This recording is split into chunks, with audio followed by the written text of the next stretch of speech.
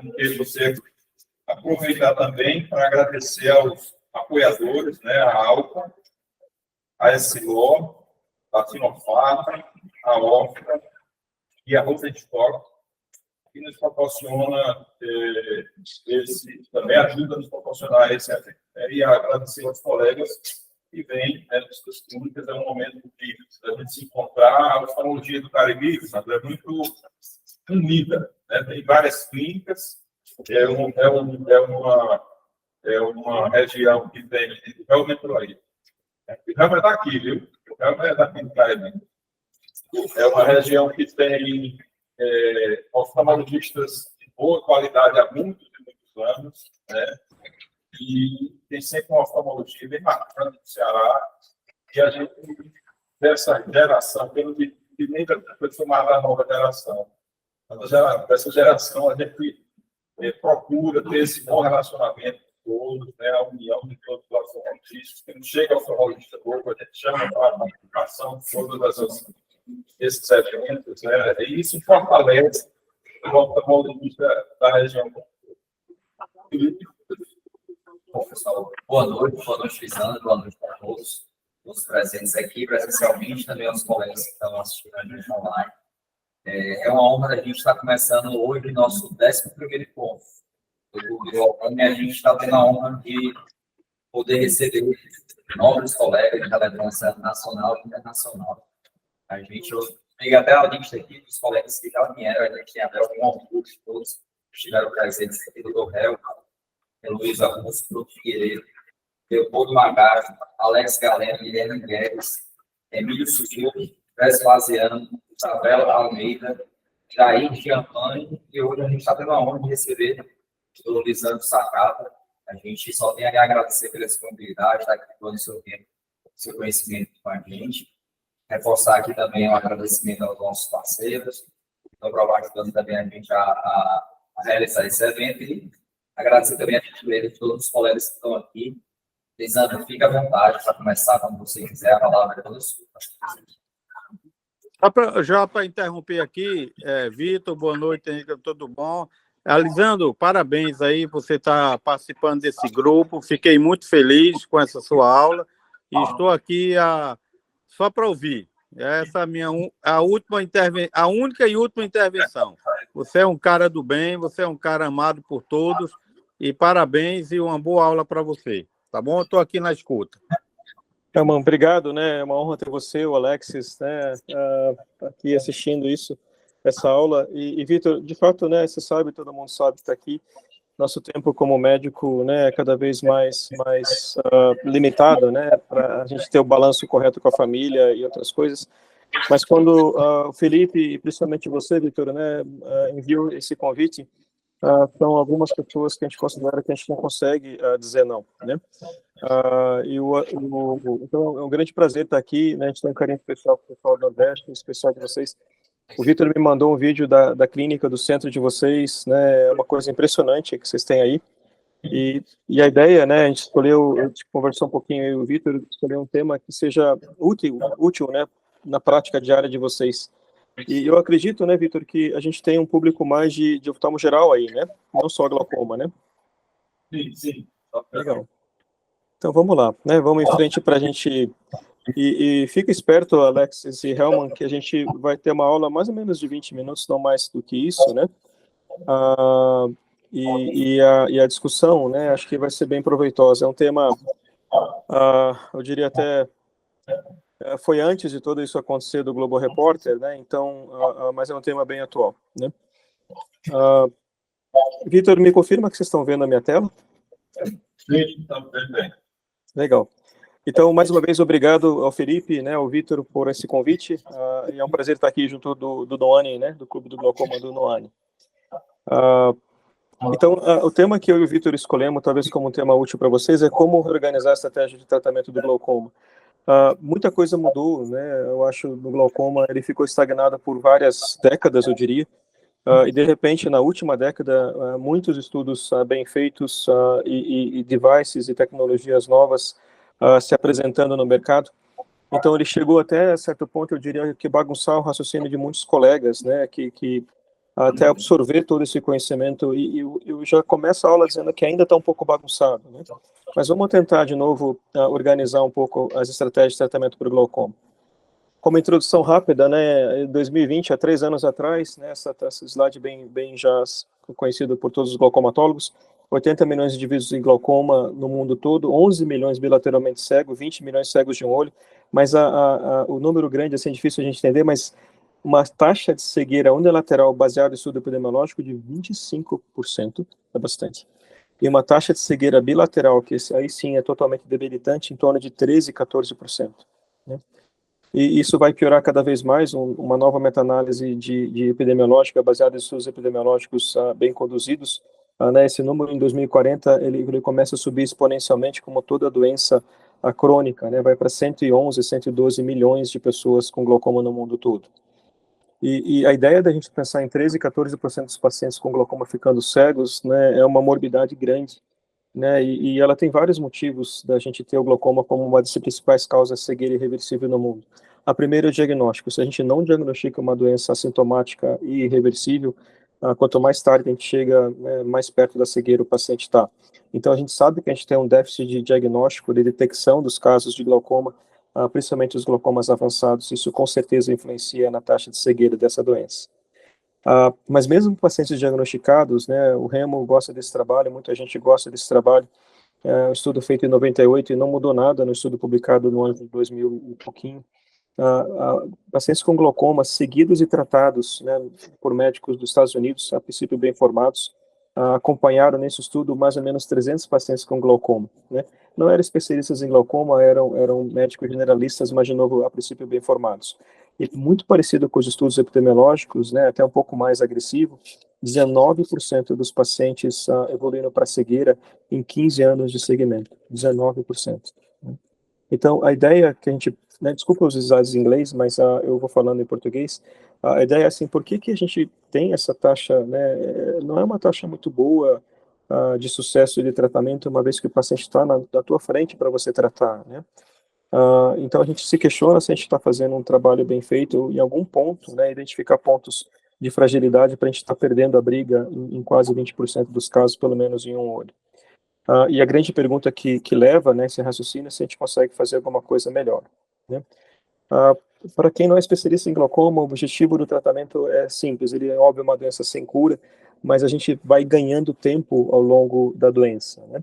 Idealmente a gente tenta bloquear, mas se a gente não consegue, pelo menos a gente tenta reduzir a velocidade de progressão da doença. Tenta poupar nervo até ele chegar, né, com 90, 100 anos e manter uma visão razoável para ter qualidade de vida e uma visão boa, né, para seguir a sua vida. Então, de preferência, né, a gente tenta preservar de fato o paciente enxergando até o resto da vida. E é interessante que, se a gente colocar, né, nesse gráfico aqui no eixo Y, né, a quantidade de células ganglionares da retina, e aqui no eixo X, a idade, a gente observa que, né, a taxa de progressão dos pacientes com glaucoma varia muito, né? Uma boa parte dos pacientes diagnosticados de glaucoma, bem cuidados, bem tratados, bem conduzidos, eles nunca vão sentir nada, né, até chegar com 80, 90 anos de vida. Eles vão ter uma visão normal como qualquer outra pessoa. Alguns pacientes até chegam a desenvolver defeitos de campo visual, mas também uma boa parte deles não consegue perceber nenhum déficit de visão, né, de qualidade de vida. Mas, entretanto, existe um pequeno grupo, uma pequena parcela dos pacientes com glaucoma que apresenta uma doença mais agressiva, que chega, sim, a ficar cego pela doença, né, em idades bem produtivas ainda, né, 60, 65, ou às vezes até antes, a gente começar a falar em glaucoma juvenil e congênito. Um conceito interessante é que muitos pesquisadores acreditam que o glaucoma, a progressão do glaucoma, ela não é só linear, uma coisa comum. Ela pode ocorrer em fases. Períodos, meses, em que a pressão também se comporta pior, e a progressão estrutural e funcional ela ocorre mais rápida, e depois ela meio que estabiliza, e depois volta a ficar ruim. Então isso é uma coisa que muitos pesquisadores acreditam. A gente vê isso um pouco no consultório, sim, e alguns casos, né, glaucoma juvenil, pigmentar, pseudofolitivo, parece que tem mais. Verdade ou não, a gente sempre tem que ficar atento e monitorando os pacientes, E uma vez que a gente detecta que a gente está perdendo a briga, a gente tem que mudar as estratégias e garantir a estabilidade da doença, de novo, para o paciente chegar até o fim da vida enxergando. Uma coisa preocupante que já era identificado desde o estudo do normal tension glaucoma na década de 80, 90, é que alguns pacientes não só têm uma doença agressiva que chega a ficar cego durante a vida, mas alguns pacientes mostram o que a gente chama de progressão rápida. São pacientes com a doença mais agressiva ainda, onde a gente tem que tomar todo o cuidado do mundo. Se a gente ciscar, der sopa Prozac, esses pacientes evoluem para a cegueira bem rápido. A gente tenta, né, bloquear a doença ou diminuir a velocidade de progressão, diminuindo a pressão. E por um tempo a gente não tinha evidências fortes de que baixar a pressão realmente funcionava, né? Então veio esses vários estudos clínicos randomizados, a maioria feita nos Estados Unidos, alguns na Suécia, onde dentro do contínuo da doença, desde o hipertenso ocular até o glaucoma bem avançado, se comprovou que reduzindo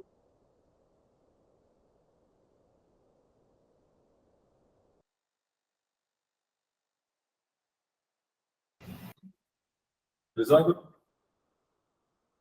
Alô?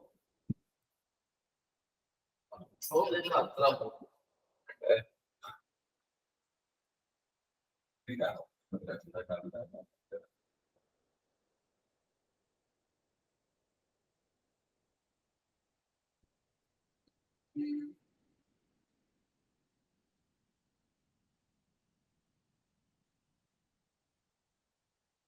Elton, ao vivo.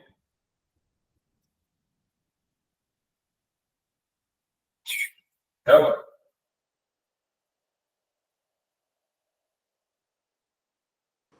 Acho que caiu, Vitor. A conexão dele. você está ouvindo bem.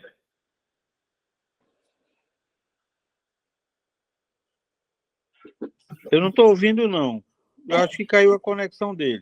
E você está nos ouvindo aqui. Está ouvindo bem? Me ouvindo bem? Estou ouvindo bem, estou ouvindo bem. A gente está tentando falar com ele.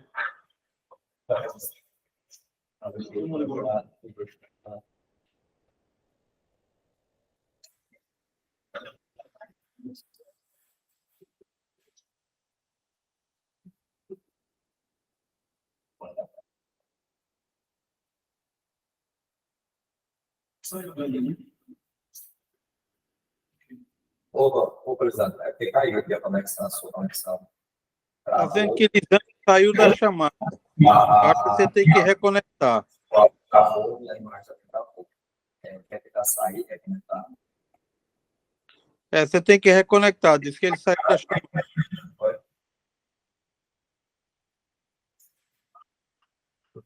Certo.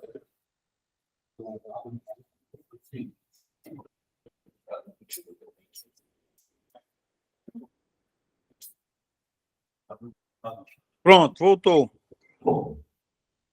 Está sem áudio, Lisandro. Agora eu vou ter com o áudio também. Eu já mandei minhas crianças largarem o celular e o iPad. Eu acho que eles estão me obedecendo. Mas onde é que eu parei, Vitor? Você parou nesse nos estudos aí, nos estudos. Tá. Aqui, né? Legal, vamos em frente então. Então a ideia, né, é que se eu cair de novo, só me liga, Felipe, tá? Que eu devolvi aqui, o celular está na minha frente. Então, por um tempo, né, a gente não tinha evidências documentadas de que baixar a pressão resolvia o problema, e foi mandatório a realização desses estudos clínicos randomizados para provar que dentro do todo o contínuo da doença, desde o hipertenso ocular até o glaucoma avançado, reduzir a pressão sim, né, ajuda e reduz a progressão da doença, às vezes até bloqueia ela. E válido também para glaucoma de pressão normal. Então, reduzir a pressão é o caminho, né, comprovado, né. Então, dentro do tratamento do glaucoma, para de novo para os generalistas da sala, a primeiro marcador de sucesso do tratamento é determinado pela pressão, né? A gente determina uma pressão, uma faixa de pressão-alvo onde a gente acredita que não vai ter progressão do glaucoma, usa tratamentos ou intervenções que baixam a pressão e a gente tenta verificar se o paciente chega naquela faixa de pressão ou não. Mas, no segundo momento, Tá chovendo aqui, desculpa, fez um barulho que eu fiquei assustado. O segundo momento, o controle definitivo, né, do tratamento nosso, da efetividade do nosso tratamento é determinado por avaliação da estrutura-função. Né? Então, a gente vai avaliando que se naquela faixa de pressão realmente a gente não vê a piora do nervo óptico, do órgão-alvo da doença e do campo visual e, consequentemente, no final do glaucoma, né, da acuidade visual. Idealmente, a gente sugere que para monitorar a progressão do glaucoma, a gente avalia a estrutura desde exames de fundoscopia, né, bio de fundo, até a esterofoto seriada. A esterofoto seriada, né, botar uma foto do lado da outra com 1, 2, 10 anos de diferença, a gente consegue ver se está mudando ou não. É o exame de referência para avaliar a progressão do glaucoma. Entretanto, quando a gente vai na prática diária, sai dos livros e começa a pegar essas esterofotos ou retinografias para comparar, a verdade é que não é tão simples assim. O nosso exame de referência ele é falho. Depende do grau da incidência do retinógrafo, depende da quantidade de luz que entra, depende de uma série de coisas da qualidade de foto que eu diria que a gente consegue ver a progressão sim, mas muitas vezes a gente não consegue ver pequenas progressões. Eu acho que a gente tem que perder uma quantidade razoável de rima ou de camada de fibras para poder detectar a progressão, né, nas fotos com uma certa precisão. E por isso, né, quando o método é falho ou difícil, vai surgindo alternativas para a gente tentar resolver isso, e uma delas é a tomografia de coerência óptica. Ela é um exame mais objetivo, ela é um exame computadorizado, ela tem uma série de falhas também, mas faz parte da nossa rotina para avaliar a piora, né, ou estabilidade do glaucoma, da sua estrutura. Né, a gente não vai se ater muito nas limitações da tomografia, mas a precisão dela, ela não é, né, tão boa quanto muitos pensam. Então, a gente tem que tomar uma certa cautela, né, em interpretar a tomografia, a suspeita de progressão pela tomografia óptica. E a função, né, ela é feita basicamente, como todos sabem, através da campimetria, né, a visual automatizada, essa já bem estabelecida, com as limitações que a gente conhece bem, é muito chato fazer para quem faz, né, quem já fez é chato fazer. Tem paciente que sabe fazer muito bem, e tem paciente que nunca aprende a fazer, né, então a gente tem que ir dando o peso certo, né, para cada exame. Então, vamos entrar no assunto da aula, né, as estratégias de tratamento. Como a gente, né, trata um paciente com glaucoma, e normalmente a gente usa, né, começa geralmente com o tratamento clínico com as várias classes de drogas que a gente tem. Então, tradicionalmente, uma vez que a gente começa, né, a reduzir a pressão, atinge o sucesso primário, né, baseado na pressão, a gente começa a seguir esse paciente com a estrutura e a função. Então, aqui a gente tem uma série de exames de campo visual na sequência, e a gente vai vendo, né, essa mancha preta aumentando, a gente vai vendo os índices globais, o PSD, o MD piorando, isso são exames de análise de evento, a gente vai comparando um campo com o próximo, né, e vai na unha ali para ver se está acontecendo alguma coisa. Talvez de uma maneira mais robusta, tanto no campo visual quanto no OCT, essa análise de tendência que vocês veem aqui do lado, ela é menos suscetível à variabilidade dos exames. Então, toda vez que é possível a gente aguardar clinicamente para ver se o paciente está piorando ou não, isso geralmente a gente consegue fazer essa análise quando a gente tem 5 ou mais exames, a gente consegue ver esse gráfico, né, se a coisa está estável ou está caindo, no caso aqui está piorando, né, então a gente consegue ter uma acurácia diagnóstica da progressão melhor, né. Por outro lado, se clinicamente o paciente está com 30 de pressão, não fica ciscando, esperando 5 campos para ver se o paciente está piorando, a gente toma uma atitude, é um balanço, né, é uma associação dos exames clínicos que vão determinar a conduta ideal. Mas aqui a gente observa que a gente começou um tratamento para baixar a pressão, foi seguindo o paciente ao longo do tempo, esse paciente piorou não só na função, como na estrutura, né, a gente vê a camada de fibras nervosas peripapilar caindo, né, o defeito aqui da camada de fibras nervosas piorando. Então, uma vez que a gente encontra isso, né, tradicionalmente a gente determina a falha, né, do controle da doença através dos colírios, quando esse paciente está com tratamento clínico máximo, e a partir desse momento que a gente vê que a gente está perdendo a briga, a gente indicava procedimentos mais invasivos, a TREC ou o tubo, né, implante de tubo de drenagem. Então, isso que era o raciocínio estratégico, né, básico, tradicional. Então, dentro do raciocínio básico tradicional de colírios, associação de colírios, tratamento clínico máximo e as cirurgias fisturizantes ou por tubo, a gente tem as novidades que a gente, né, vocês já escutaram com outros colegas com certeza, mas a trabeculoplastia laser, principalmente na forma da trabeculoplastia seletiva, ela entra e vem entrando com cada vez mais força como uma alternativa, e talvez uma das boas alternativas de tratamento primário para o paciente com hipertensão ocular e glaucoma, né? Então, é um procedimento, né, que a gente deve usar cada vez mais, particularmente no SUS e também, por consequência, na saúde suplementar. Observação só cautela, né, da trabeculoplastia laser, que os pacientes que a gente mais gosta de né, fazer, ou se preocupar, os pacientes jovens com glaucoma juvenil, talvez a gente tenha, né, uma eficácia não tão boa da trabeculoplastia laser seletiva como em pacientes com glaucoma primário de ângulo aberto de mais idade, né? Mas isso é só não é bem definido na literatura. E a segunda coisa que apareceu nos últimos anos, que vem bagunçando bastante o raciocínio das pessoas, são os MIGs, né? O Minimally Invasive Glaucoma Surgery, as cirurgias glaucomatosas minimamente invasivas, na forma de iStent, na forma de Hydros, na forma de Kahuku, na forma de GATT, e na forma de outros cirurgias que vêm, né, vindo cada vez mais aparecendo ao longo do tempo.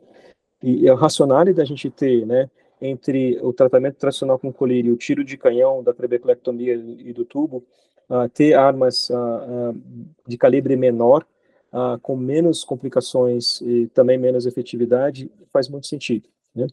Faz muito sentido e ponto final. A gente tem o Ike Ahmed como uma pessoa que, né, é um dos garotos propaganda dessas técnicas, é uma das pessoas que também pesquisam bastante sobre isso, e ele resume nesse slide, né, que ele chama de glaucoma intervencional. De novo, a gente tem sempre várias maneiras de expor uma ideia, e as ideias, né, esse jeito é elegante e cativante.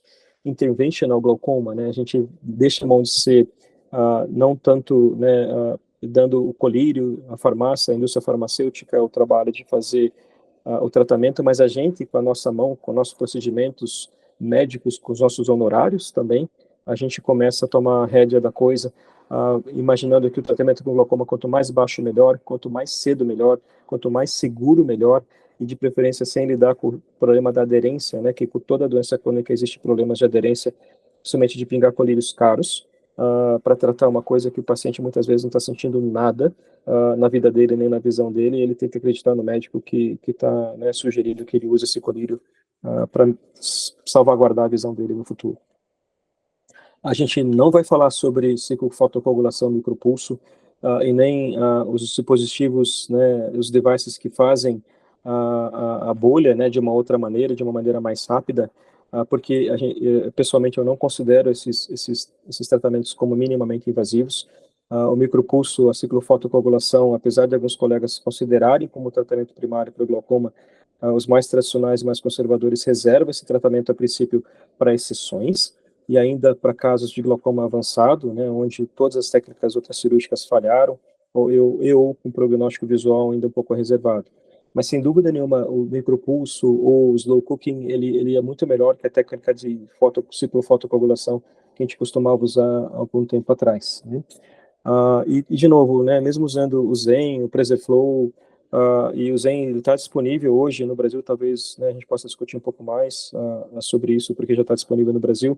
Eles não deixam de ter as complicações de uma cirurgia fistulizante, né, de um trajeto no olho, de um buraco no olho e de uma bolha, né? Então não são minimamente invasivos na minha percepção. O tratamento clínico com colírios, né, todo mundo já sabe, existem vários argumentos e ressaltados, sempre se ressalta quando a gente quer vender um peixe, a gente ressalta os defeitos, né, do tratamento clássico, que ele não controla a doença em boa parte dos pacientes, segundo os defensores das MIGs. Eles têm sérios problemas com a aderência, isso realmente é verdade, toda vez que a gente vai avaliar isso, a gente tem problema com a aderência, sim. A gente tem problema com os efeitos colaterais desses colírios, né, e os custos dele, né.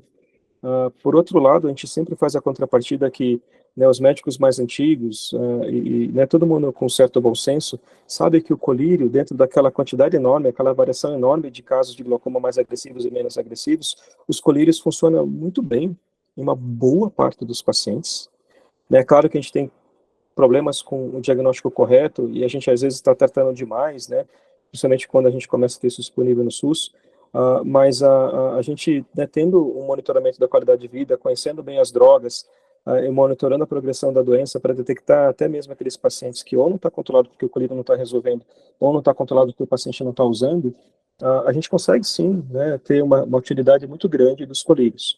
O preço, a gente tem que começar a brigar um pouco também, né, que o pessoal está meio que perdendo a mão, né, os colírios ficando de fato muito caros, né. Então, um outro ponto também importante é que todo mundo que vai tentar fazer SLT ou MIGS, ele esbarra, né, na aceitação do paciente. Então, sempre o colírio também é uma forma de tratamento menos invasivo, não definitiva, que a gente pode colocar e tirar o colírio, né? Então, isso gera, né, talvez, já culturalmente, uma boa aceitação dos pacientes para essa forma de tratamento. Mas a gente sabe, né, realmente, assim, eles não tiram do nada essas críticas, né, que está mostrado aqui em vermelho. E a gente tem que tentar sempre, né, progredir sim, né? A gente não é contra progresso baseado em evidência. A gente tem, então, para tentar fazer melhor, né, tratar melhor o paciente e preservar a visão dele, as drogas de liberação lenta, né, os devices para fazer isso, seja no ponto lacrimal, seja no fundo de saco, ou seja dentro da câmara interior.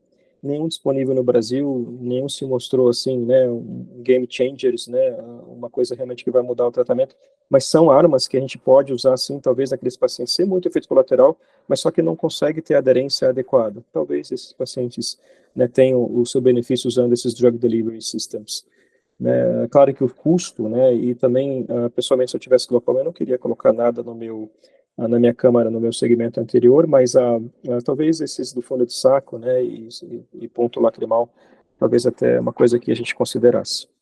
A trabeculoplastia laser, de novo, se nós tiver aula, vamos passar rápido sobre isso, né, mas, de fato, ganhando força como, pelo menos, oferecer a trabeculoplastia seletiva como tratamento primário, tá? Isso baseado no Light Trial do Gus Gazzard, ali do Moorfields, né? Um estudo clínico randomizado bem feito, pragmático, publicado no Lancet. E aqui, só para lembrar vocês, né, o SLT foi capaz de manter a pressão-alvo, né, dos pacientes com glaucoma recém-diagnosticados ou hipertensão ocular recentemente diagnosticados, em quase 80% dos casos, sem colírio. É claro que precisou fazer, às vezes, né, um procedimento em 74% dos casos, 2 procedimentos em 25%, um quarto dos casos, precisou de 2 SLTs, mas 80% atingir a pressão-alvo, né, sem drogas adicionais é uma coisa muito boa, né? E dentro também dos pacientes tratados com trabeculoplastia seletiva laser, né, 76% que precisavam colírio, só precisavam de um colírio para resolver o problema. Mas sempre é legal a gente olhar o outro braço, né, o braço tratado só com colírio, e 93% dos pacientes conseguiram atingir a pressão-alvo com medicação, com colírio, e 64% deles com uma droga só. Tá? Então, o colírio, de novo, não é também o monstro, né, que às vezes o pessoal quer pintar para vender uma ideia, né?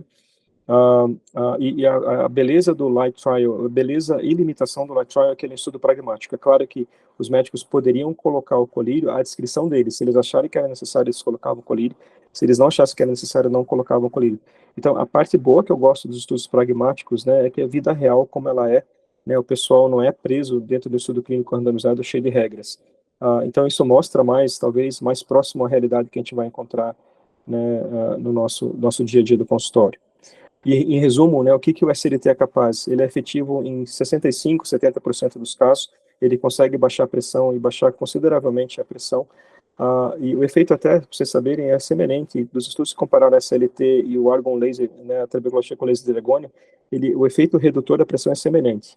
É claro que o SLT é muito mais fácil de fazer e talvez menos agressivo para o tecido, mas em termos de eficácia era parecido, né? O retratamento pode ser feito, né?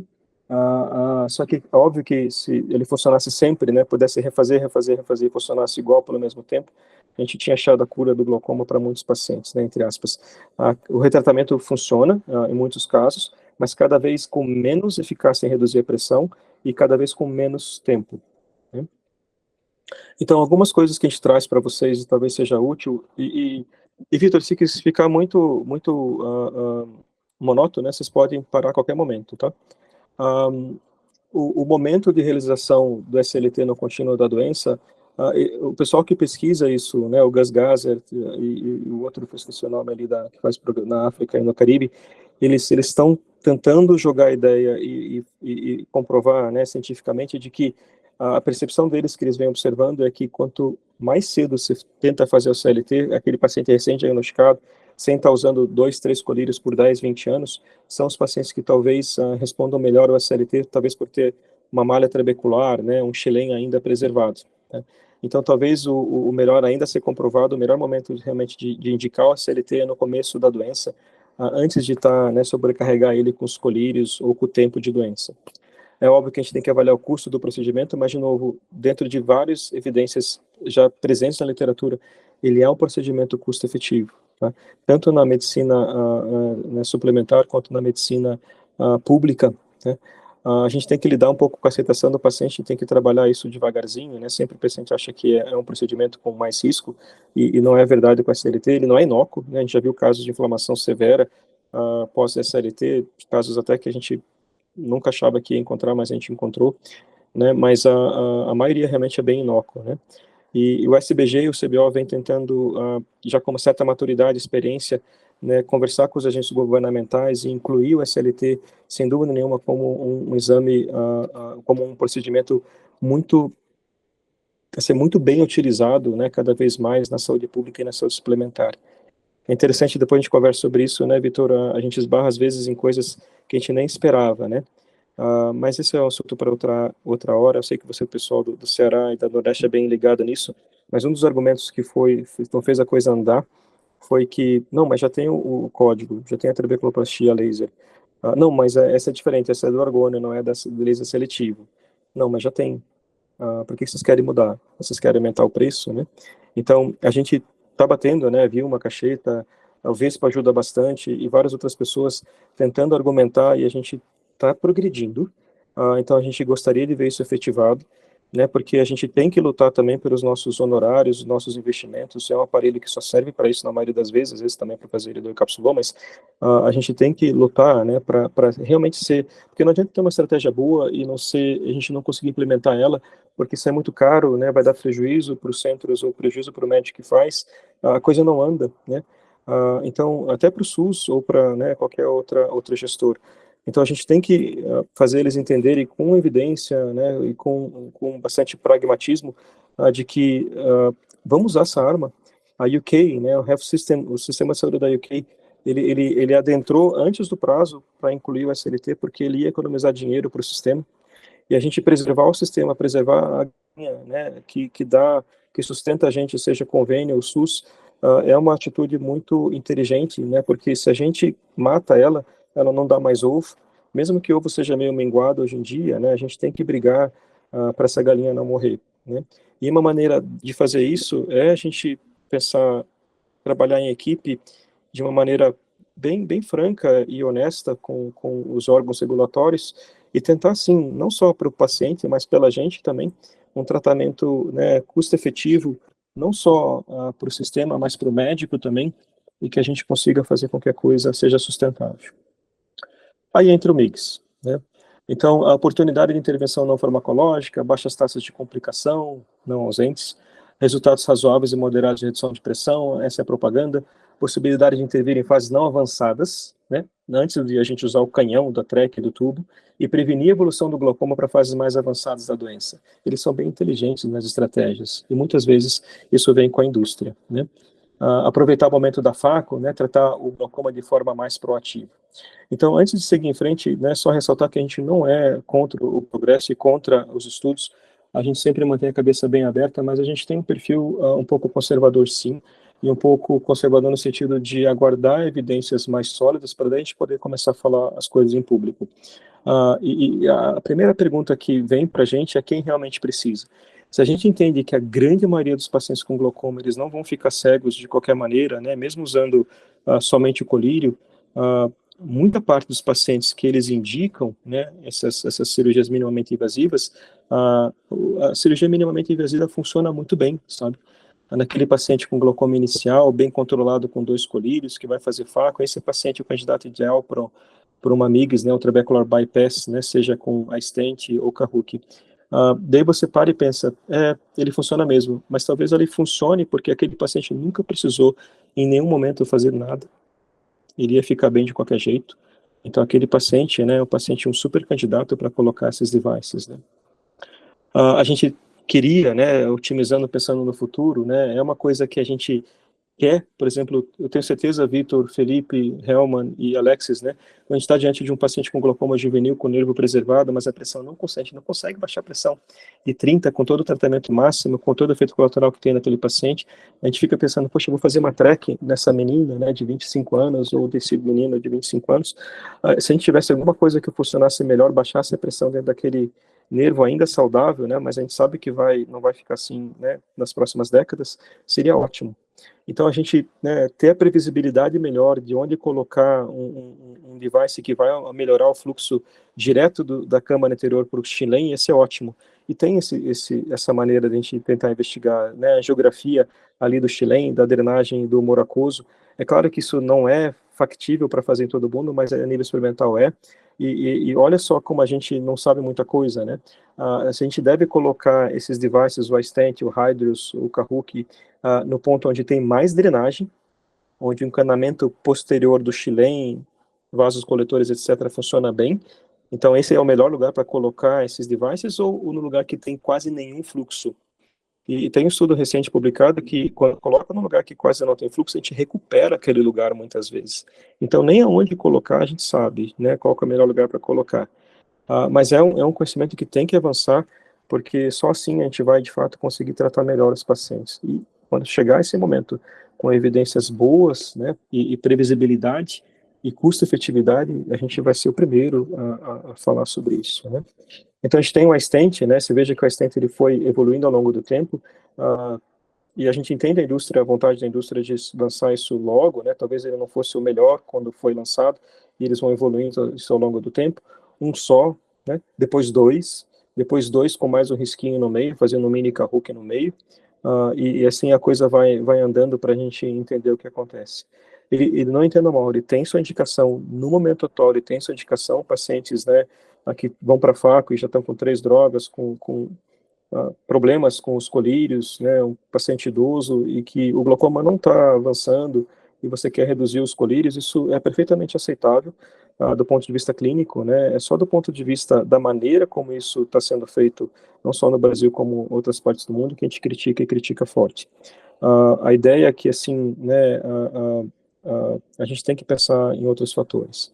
A gente tem o Kahoot, né, um bisturi mais caro do mundo, né, eu assustei com o preço dele, mas ele tenta romper, né, tirar o trabeculado lá para de novo fazer esse bypass da câmara anterior direto para o xilém.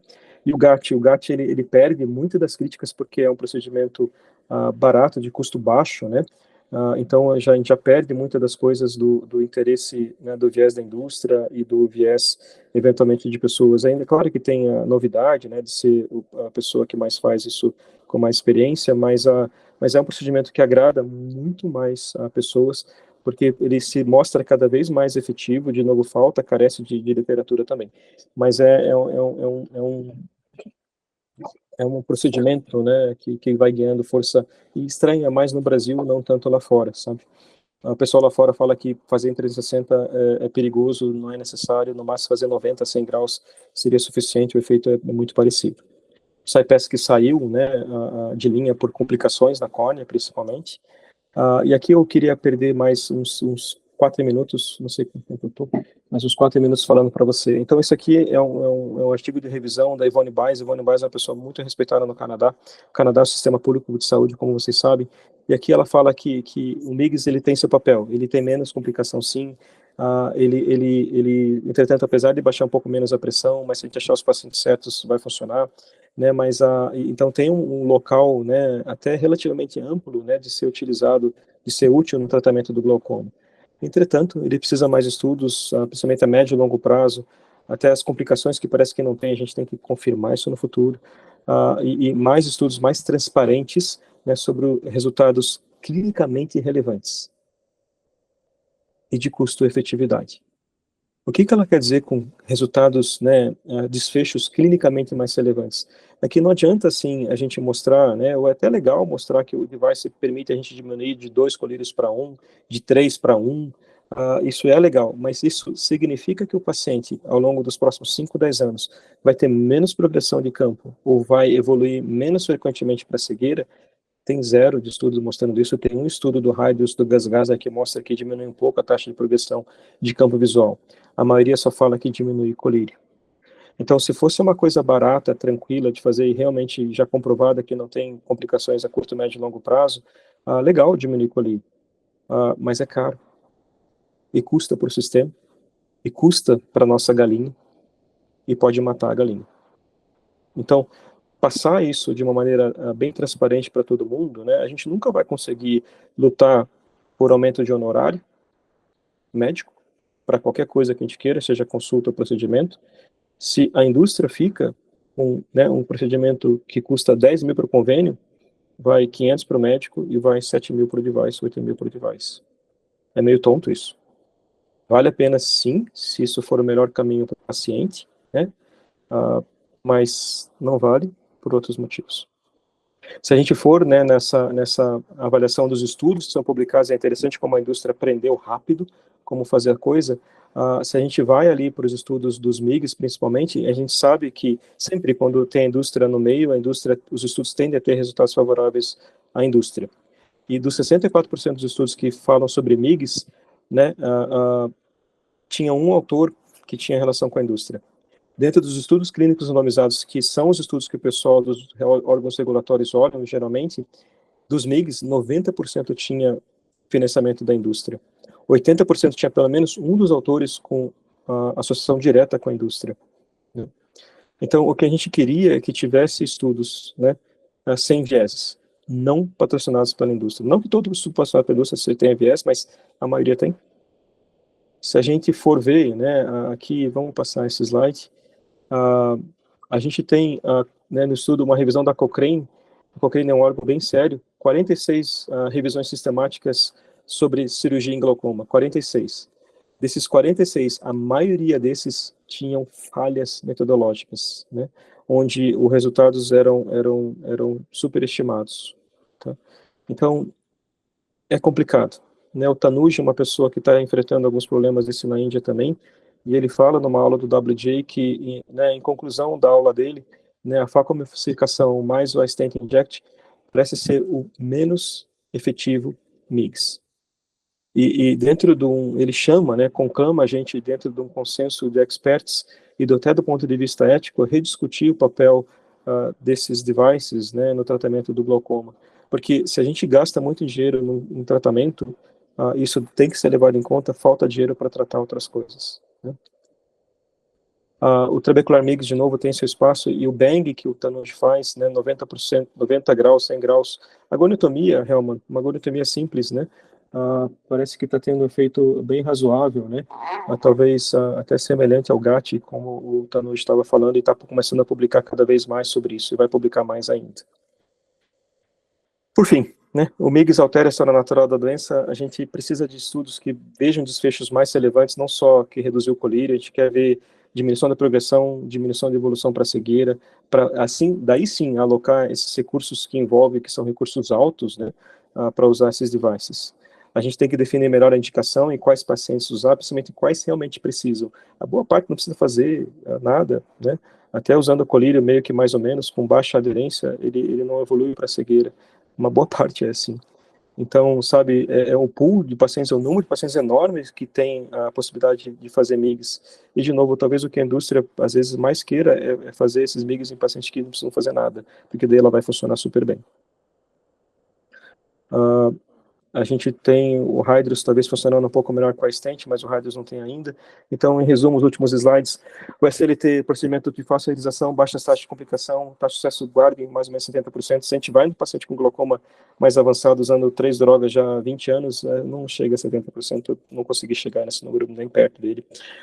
Mas, assim, ele perde eficácia, mas a consenso do SLT é que ele ganha tempo no contínuo da doença, né?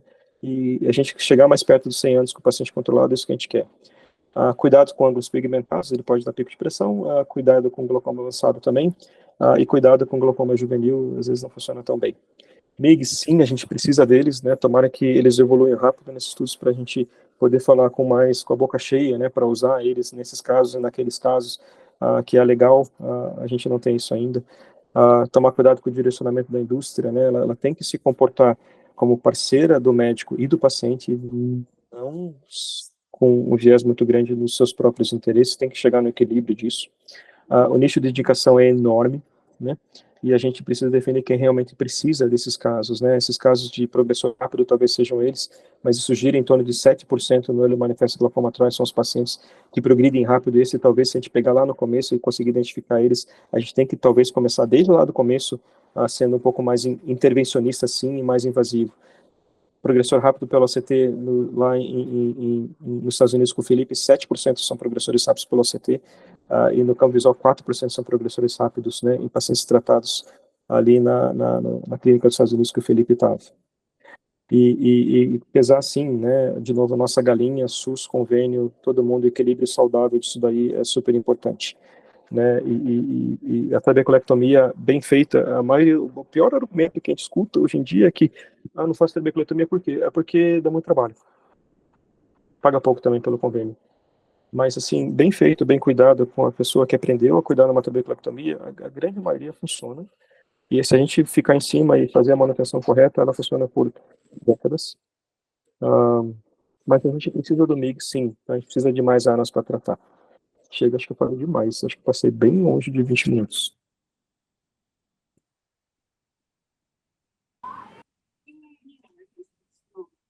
Vocês estão aí ainda? Estão acordados todo mundo? Parabéns, Lisandro.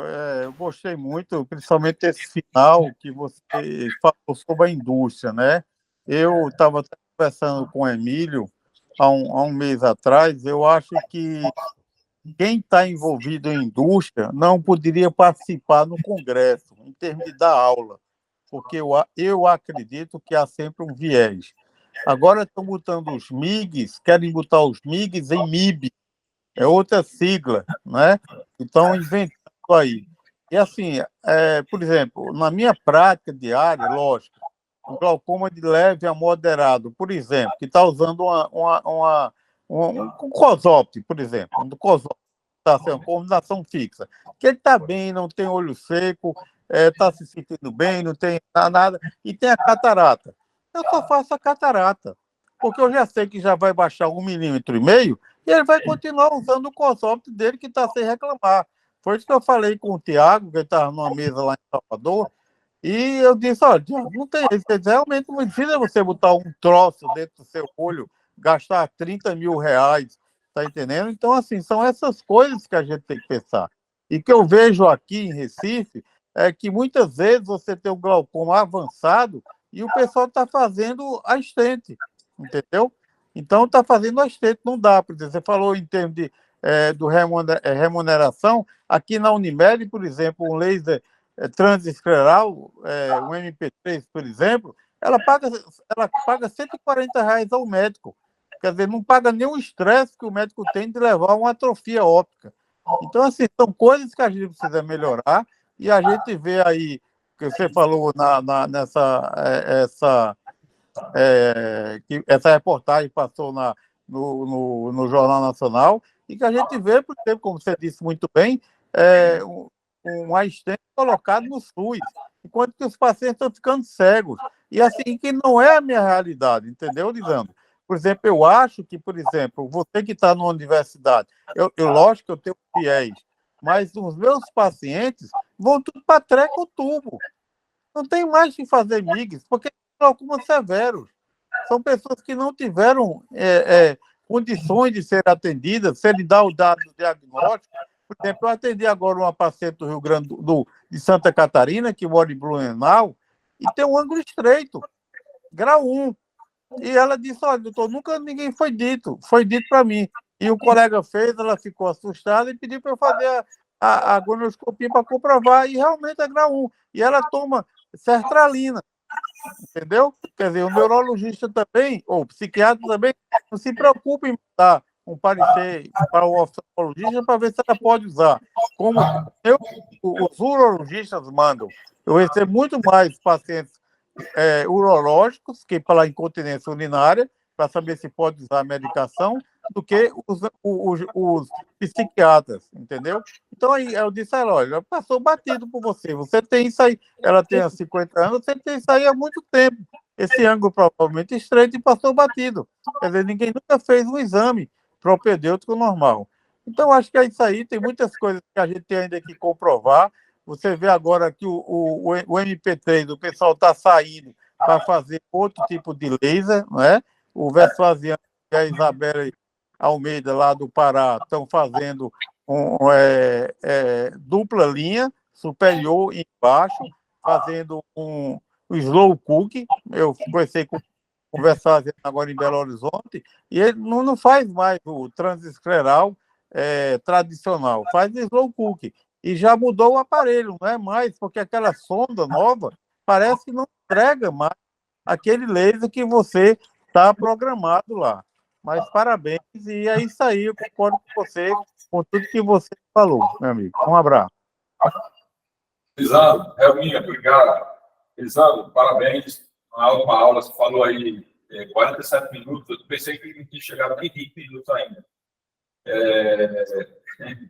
Então, você fala rápido, a gente tem que estar ligado, porque você fala muito rápido, muita informação, mas é isso, concordo com o que você falou, com relação a esse problema quase que político, né, em relação a isso, e essa decisão que nós estamos lá na frente do paciente, temos que tomar, né, essa organização, né, não ser influenciável por essas coisas que a gente escuta, né, a gente buscar as informações, os estudos que têm credibilidade, né, que têm esses vieses, né, e esses pontos que, quando você fala em reorganizar, né, o tratamento do glaucoma, onde muitas vezes a gente tem intervenções como, por exemplo, a catarata, que para o paciente do glaucoma, e a gente, às vezes, é uma oportunidade, né, na hora da catarata, de pensar nesses outros procedimentos que o paciente teria condição ou indicação se ele está usando 3 drogas, se é um glaucoma que não adere ao tratamento, ou paciente que tem tolerância aos colírios, né? Então, eu acho que nesses casos, esses tratamentos adjuvantes novos caem muito bem, né? Sobretudo quando a gente está lidando com pacientes com glaucomas controlados, glaucomas leves e moderados, né? Já vai fazer um procedimento com baixa eficácia para um paciente que precisa baixar muita pressão, né? E aí, sempre que vai fazer isso, pensar que a gente tem um tratamento que não é invasivo, ou pouco invasivo, como o SLT, que você também comentou, e muitas vezes tem a mesma eficácia do iStent, do CARU, ou de outra MIGS, né? Então, será que não é melhor fazer o SLT antes e fazer a catarata depois, né? Então, fazer essas ponderações. E aí eu tenho uma pergunta para você. Pacientes que você indica SLT, e o paciente que tem um ângulo que você não consegue ver o trabeculado todo, ver só 180 graus, mesmo assim, você indica SLT nesses pacientes, ou você se restringe a pacientes com ângulos bem abertos? Então, Alexa, Vitor, é uma pergunta bem interessante, né? Mas não, a gente não faz em ângulo estreito, né? O SLT, a gente só faz em olhos que estão com ângulo bem aberto. Mas isso não impede da gente usar essa arma da SLT em glaucoma, pacientes com glaucoma de ângulo fechado, por exemplo, pós-faco, que não tem sinéquia, que o ângulo abre legal pós-faco. Ali é talvez o momento onde o SLT ele entra de novo com uma possibilidade de fazer. Mas quando a gente tem, né, a íris muito perto do trabeculado, pré-faco, ou mesmo pré ou pós-eridor, eu acho que a maioria dos colegas eles vão concordar que talvez fazer o SLT nesses pacientes não é muito legal, porque ele está muito próximo ali, né, de onde você vai aplicar o laser. Mas sabe que o Krupin, o Ted Krupin, ele falava muito isso pra gente, né, quando a gente se uniu, o grupo do glaucoma de ângulo fechado, ele falava assim, meninos, vocês têm que dar uma olhada na trabeculoplastia para o glaucoma de ângulo fechado, funciona muito bem. Mas ele também falava, claro, depois, né, que o ângulo está bem aberto, que vocês fazem alguma coisa para abrir o ângulo, geralmente é faco. E falta um pouco de estudo sobre isso, sabe, Vitor, mas acho que tem bastante coisa vindo sobre isso em breve. Calma, perfeitos comentários. É bom ver, sabe, que tem bastante. Eu acredito que o glaucoma é um lugar legal, porque tem muita gente que pensa muito parecido e a gente ainda é a maioria. E graças a Deus, né, a comunicação, esse tipo de reunião e a educação, ele vai tendo cada vez mais pessoas que conseguem entender, né, os prós e contras, as consequências, né, para o paciente, para o sistema, para a gente, de todas essas coisas que acontecem, né. A vida como ela não é tão simples, né, assim, né. Mas é muito bom ter pessoas boas dentro do glaucoma. A maioria eu acho que é bem boa, bem intencionada. Eu queria primeiro parabenizar a sua aula. Eu acho que a grande vantagem de tratar glaucoma é que a gente tem realmente ao nosso favor, uma excelente. Eu acho que isso faz com que a gente possa realmente raciocinar e tomar a melhor conduta para aquele paciente. Mas é importante a gente estar atento e identificar aquele paciente rápido progressor, né? Eu acho que nesse momento realmente a gente não pode perder a praia. E é importante também a gente ter em mente que muitas vezes, apesar do bom controle da pressão, a gente se depara com alguns pacientes e continua progredindo. Tem pacientes que a gente consegue baixar 20%, que a gente consegue deixar o nível de pressão por volta de 10, 9, a gente continua vendo esse paciente progredindo. E é importante a gente ter em mente que nem tudo, apesar de ser muito, mas nem tudo é somente a pressão. Tá? Eu acho que alguns pacientes a gente precisa ter em mente que a gente vai precisar fazer investigações sistêmicas também associadas, né? Fazer solicitar uma polissonografia, solicitar um exame de imagem, solicitar um mapa, porque nesse tipo de paciente, muitas vezes a gente está atrelando somente aos níveis de pressão, mas às vezes tem outras coisas associadas, como a conta de sono, enfim. Eu queria lhe fazer uma pergunta bem básica, tá? Na sua vida real, no caso, né? Como a gente leva em consideração o fator que a gente consegue quantificar nível de pressão. Então, levando em consideração que você iniciou aí o tratamento de paciente, você vai fazer o controle desse seu tratamento em relação a esse paciente. Como você faz, na verdade, a avaliação dos níveis pressóricos, do seu período histórico? Você faz níveis isolados, você faz a mini curva, você faz teste sobre carga hídrica, ou tem alguns colegas hoje que se consideram até um pouco o nível de pressão e fazem esse acompanhamento, fazendo análise estrutural e funcional. Eu queria estudar só em relação a isso. Felipe, de novo, excelente pergunta, muito bem colocada. E talvez para os colegas, né, que fazem glaucoma e que não fazem, é bem relevante isso que você perguntou. Então, a gente sabe exatamente quais são os grupos que defendem uma ou outra estratégia, né? Os grupos que, para que ficar medindo pressão, nem precisa medir pressão, a gente tem o CT, a gente tem o campo visual, e isso que importa no final, então vamos só basear nisso, e dependendo da pressão, se estiver piorando, a gente coloca mais colírio, ou tira colírio, ou não precisa colocar colírio se não estiver piorando. A grande verdade é que não tem nada perfeito. Se a gente esperar para ver a progressão de estrutura-função em todos os pacientes e achar que ele detecta isso com precisão, de maneira fácil e rápida em todo mundo, não. Então, tem vários casos onde os pacientes pioram, né, do campo visual, 1, 2, 3 exames, depois de repente volta ao que era antes, e isso acontece tanto com a CT quanto com o campo visual, mesmo super bem feito, tecnicamente bem feito. E às vezes demora a gente demora 3, 4, 5 exames para ter certeza do que está acontecendo. Então a gente deve associar tudo que a gente tem de conhecimento para juntar, isso que é a beleza da medicina, é a clínica, né, juntar todas as informações. E dentro daquele caso, saber dar o peso certo para cada informação, e daí assim tomar conduta, né, baseado em todas as informações disponíveis. Medida isolada, Felipe, a gente não gosta muito e a gente se surpreende como eu faço sobrecarga hídrica em todos os pacientes do meu consultório. E faço sobrecarga hídrica em todos os pacientes enquanto eu estava como médico do Hospital de Clínicas, né, em todo mundo. Agora a gente está como professor. Mas as meninas que a gente deixou lá, até a Lídia estava aqui, elas entendem da importância da gente detectar o pico. E não que a prova de sobrecarga hídrica seja perfeita, tá? Porque a pressão não é perfeita, a pressão oscila muito. Mas assim, quando a gente observa que um paciente em tratamento e que está com a pressão, né, de 14, 15, mas de repente na sobrecarga ele vem com 20, 22, não que eu vá colocar mais um colírio direto ou vá operar esse paciente baseado nisso, mas aquele paciente ele sai do pool normal, ele sobe para a luz amarela, me traz o campo, me traz o ACT, vamos rever isso daqui. E vamos pedir mais um para ver o que está acontecendo, né? Então ele vai guiando a gente, ele funciona como níveis, né, de média preocupação, alta preocupação, é isso que eu uso a sobrecarga hídrica para ver. Uma outra coisa assim que depois que se faz em todo mundo, já por mais de quase 15 anos, ficando velho, o teste de monoterapia é super criticado por o pessoal lá fora, como é visível a capacidade de sobrecarga hídrica de ver, na grande maioria dos casos, a eficácia de um colírio quando está em monoterapia, principalmente quando a gente tem uma pressão simétrica, que a gente já conhece já há alguns anos o paciente, a gente acrescenta um colírio, eu faço isso meio que de rotina num dos olhos, e peço o paciente voltar em 1, 2 meses.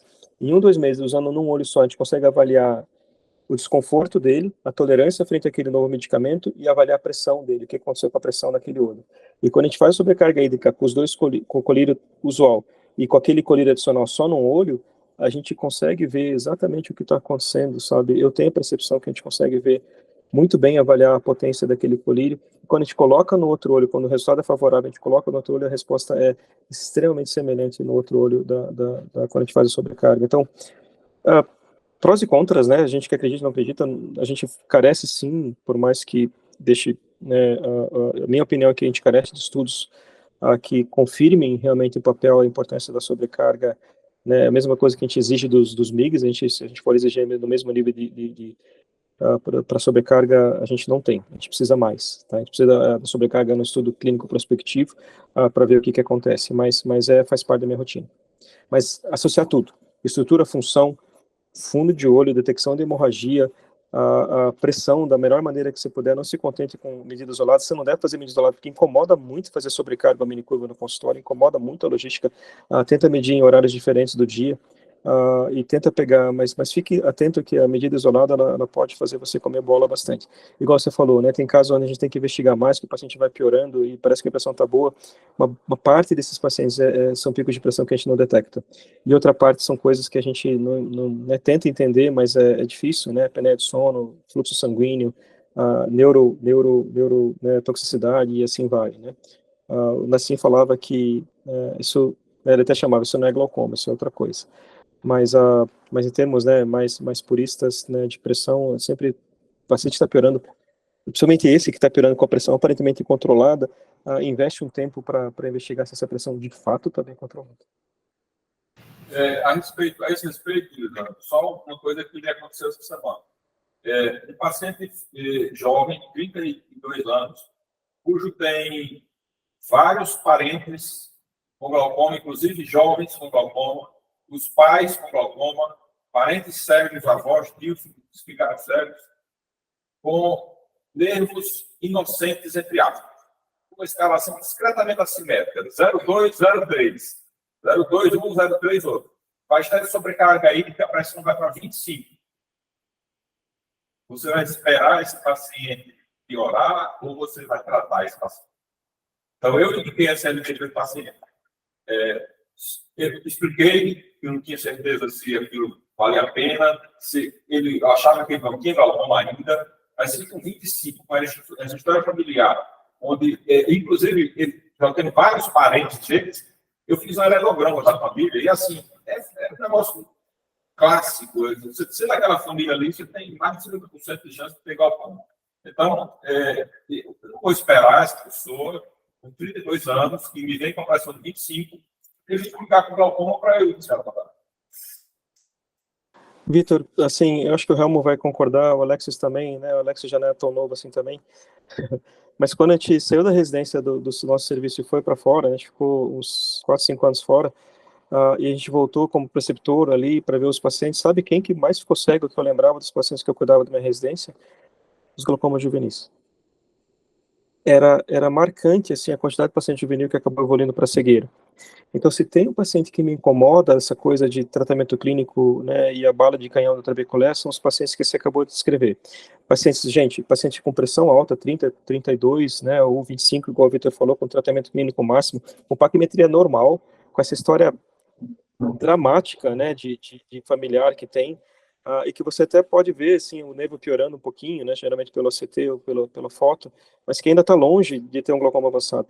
Esses casos, vai fazer trabeculé, né, nesse paciente, ela sabe, né, vai dar catarata, vai ter que fazer a FACO com 28 anos, 29 anos. É aí que a MIGS tem que entrar, né, com evidências de que qual que é melhor, né, e que momento fazer, sabe? Vitor, perfeito, sabe? Assim, tem coisa que está no livro, tem coisa que não está no livro, né? E aqui no Brasil é gozado como tem famílias assim, né? Você deve ver de monte, né? Assim, casos de uma agressividade do glaucoma que passa para uma boa parte dos membros da família. É uma coisa impressionante. E a gente pensar em recursos, né, Helma, que a gente tem para o glaucoma congênito, e pensar todo esse recurso sendo usado para coisas bem caras e não tão efetivas, dá uma coisa ruim nas vísceras, né? Vou abrir aqui, tem alguém que quer falar, quer colocar Alex, na verdade, eu queria saber se o paciente que tem a luz aberta tem algumas sinérias pecuária, se ainda não indica algum procedimento que seja CLT.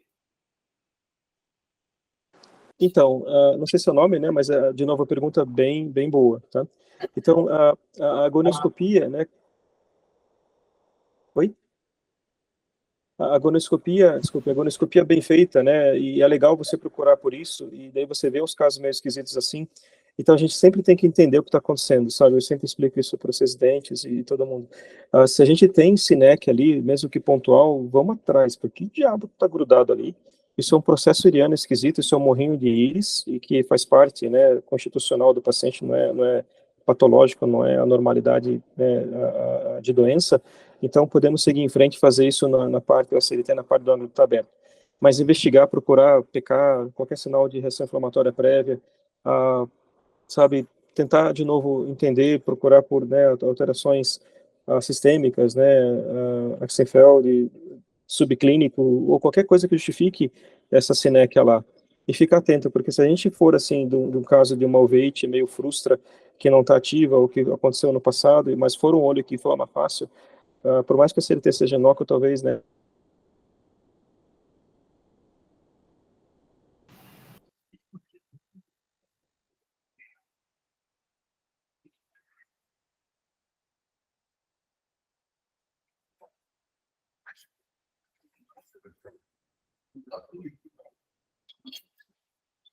Alex, quer falar alguma coisa, Alex? Ele caiu. Como é que eu vou perguntar agora quando saiu? Vou botar ele aqui. Mas nós não caímos, não. Será que ele entra ainda? Voltou. Tá tudo, tá sem microfone. Então, nesses casos, só terminando rapidinho, nesses casos que deve ser bem raro, né, exceção à regra, que você olha um ângulo aberto, mas com sinecas esquisitas, e você não consegue descobrir do que, faz outra coisa, usa colírio, faz outra coisa, deixa para lá. E usa nos trocentos outros que tem um ângulo aberto, né, usa o CLT sim, né. Do no harm, né, não faça mal, se não tiver certeza que vai fazer bem. O Alex está tão quieto, né, Vitor? Alex, eu tava mais ouvindo vocês aí e prestigiando aí a aula. Parabéns, professor Lisandro, aí pela aula fantástica. Eu acho que a gente, nesse mundo de hoje, principalmente no que a gente está vivendo, a gente precisa de muito bom senso, né, na hora de indicar nosso tratamento. E eu sempre me pergunto por que a indústria farmacêutica, de certa forma, hoje foca mais nos mix do que no desenvolvimento de novas drogas. Com certeza tem algum interesse por trás, né? Então, a gente vê, principalmente eu vejo, assim, que vários colegas que talvez nem dominem tão bem uma agonioscopia estão se metendo a fazer MIGs aí, e quantos desses não estão sendo implantados no canto errado? E aí, onerando todo o sistema, só pelo fato de querer e estar ali acessível, porque o convênio banca, né? E o SLT, para a gente, é uma coisa tão mais acessível, mais econômico, mais efetivo, comprovadamente já solidificado, porque se tem uma coisa que serviu bastante, na minha opinião, o SciPass foi mostrar que a longo prazo nem todo MIGs são inertes, né? Então, o SciPass mostrou isso para a gente, foi interessante. E será que um Zen daqui a um tempo não vai dizer, cara, isso não vai para frente, abandona, como a gente já viu a historinha também do Express, que hoje em dia ninguém faz mais, e até quando a gente vai estar refém, assim, desse apelo mercadológico. Mas, enfim, eu acho que o bom senso ainda acaba sendo mandatório aí. A gente tem ainda, talvez, na farmacologia, nosso principal tratamento para a nossa realidade, e a gente tem como lançar mão de otimizar ainda os pacientes, e quando nós tivermos o SLT, eu acho que acaba sendo a melhor saída de todas, porque é menos invasivo, porque a gente consegue ter resultados bons, e o custo é muito mais acessível em termos de larga escala para a saúde pública, e muito fácil de fazer, né? Então, praticamente a curva de aprendizagem é imediata, não tem como. E, acima de tudo, você tentar individualizar o teu paciente, como um ponto muito bem levantado aí, quantos desses vão cegar que talvez nem precisasse fazer um MIGS, né? E a gente, às vezes, pode estar acompanhando até exageradamente ou propondo tratamentos muito mais e querer pressões muito baixas, muito mais além do que o que a gente precisa no dia a dia. Nem todo mundo precisa ter uma pressão de 14, de 12, e às vezes aquele glaucoma dele com 16 ou 18 pode ser o suficiente para que ele não progrida, né? Então, tá aí, mais importante do que querer radicalizar no tratamento é melhorar o acompanhamento. Eu acho que sim, você fazer acompanhamento, tentar diferenciar aquele cara que merece ser tratado de uma forma mais agressiva, com um acompanhamento mais próximo do que propriamente sair banalizando aí tratamentos para todos os pacientes. Mas é muito bom ver isso e a gente ficar tentando passar isso para a nova geração que está vindo ou para os colegas que não são especialistas, que os MIGs vêm para determinado público-alvo e que não é para todo mundo, nem precisa ser para todo mundo. O colírio funciona bem, a prostaglandina é fantástica, reduz 50%, 30%, desde que bem conduzida, com adesão boa, um compliance legal, e saber indicar certo o MIGS naquele paciente que tem a indicação, o SLT deveria ser mais bem usado, eu acho, que seria, de certa forma, uma prevenção, um tratamento mais efetivo do que ficar aí querendo botar os piercings tecnológicos em todo mundo. Tá bom? Mas parabéns, obrigado pelo convite, Vitor, viu, de participar aqui da aula. Vitor, deixa eu falar uma coisa um pouquinho do Alexis, né? Se vocês não sabem, o Alexis ele é um consultor médico de um grupo grande de pacientes com glaucoma aqui no Brasil. A gente observou um pouco, deu uma olhada no histórico, um consultor sério que eu tenho muito respeito pelo Alexis. Então, até eu ia te pedir, né? Eu quase te mandei uma mensagem e é muito bom ver você aqui. Manda aquele informativo do CBO-SBG dentro daquele grupo, tá? Essa informação a gente tem que, né, passar melhor e o público-alvo que tem que ouvir essa informação são os pacientes, né? Então, se você já não fez, né, faça, por favor. Farei.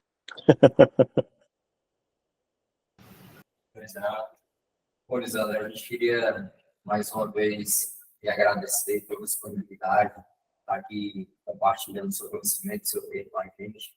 8h15 da noite a gente ainda bateu um papo. E vai ser sempre um prazer de receber. O convite fica feito também para visitar a nossa região. Seria um prazer de receber por aqui e apresentar aqui o sul do Ceará. O no primeiro semestre. É um pouquinho menos semestre aqui. Eu adoro o Ceará. Nossa, como eu gosto daí. E queria ir mais para o interior também, né? O Vitor me mostrou umas coisas que deu vontade de até mostrar para minha esposa. Perfeito. E a gente agradece também a presença dos colegas que estão por aqui. E agora a gente encerra mais uma reunião. Um abraço. Obrigado. Muito obrigado, gente. Obrigado, Felipe. Obrigado, Vitor. Alexis, um abraço para todo mundo.